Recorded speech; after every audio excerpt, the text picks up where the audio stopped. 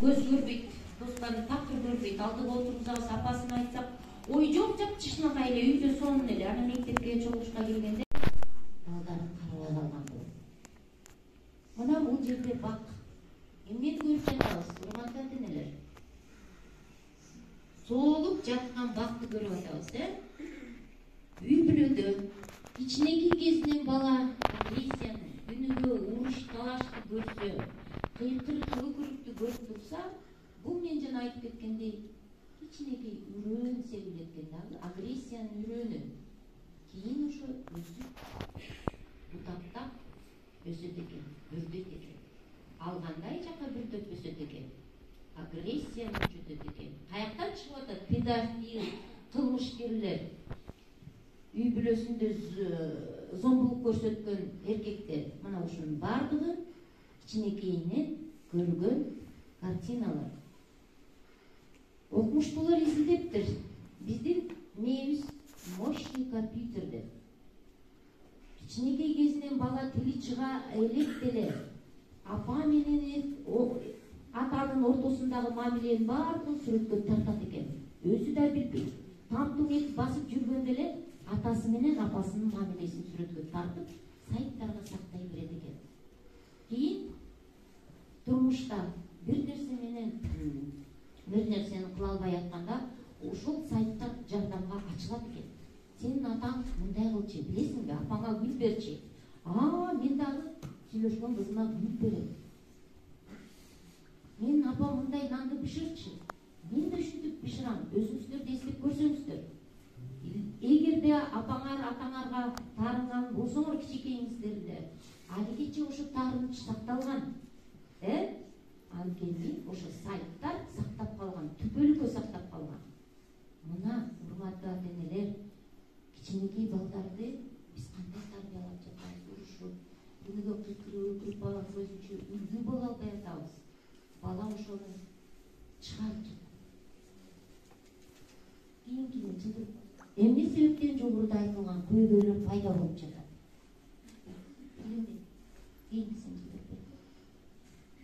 Илимди. Ата-энелер руханий, интеллектуалдык өнүгүүнү унутушуп, материалдык байыкка кызыгып кетишкендикте. Азыр базар экономикасы биз ишенем деп айта албай атабыз.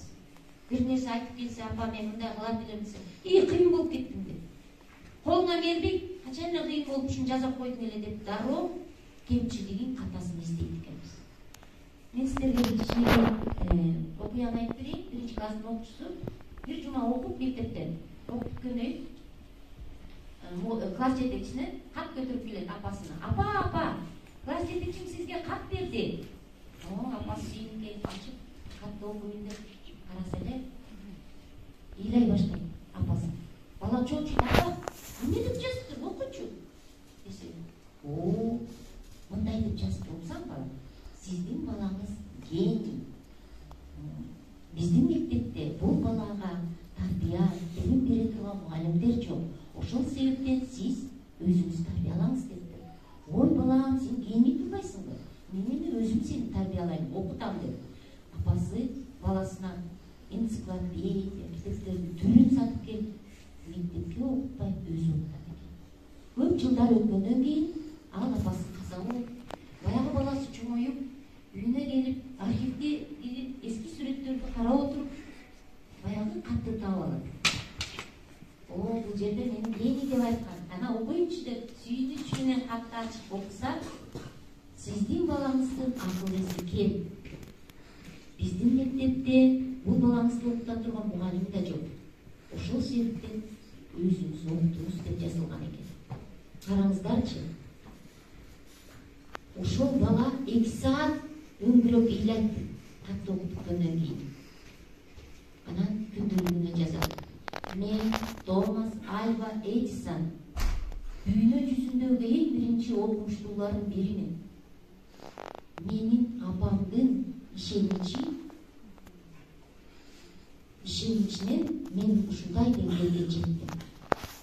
180 ачынычты достору барбы? Мына биздин мектепте анкета жүргүздүк балдарга. Сен жакшы көргөн сабагың, сенин канча досуң бар, алардын аттары ким? кайсы сабактан кыйналасың, үйдө апаң кандай сөздөр менен эркелетет деген анкета жүргүздүк. Ошол анкетада көп балдар деп жазды. Кандай сөздөр менен апаң эркелетет десе, апам мени эркелетпейт, көбүнчө урушат, жинди деп айтат. Мына балдардын жазгандары. Атам урат. Бир кичинекей кыз жазган экен. Мен бөбөгүмөн калгым келбейт. Апам той ашка кеткенде бөбөгүмдү калтырап, ал шынын булгап койсо мен жуам дейт. Биринчи класста окуп жазып атат. Мен ушунчалык бөбөгүмөн калгым келбейт. Мына трагедиясы. Үйдөн качкысы келип атат, эмтен.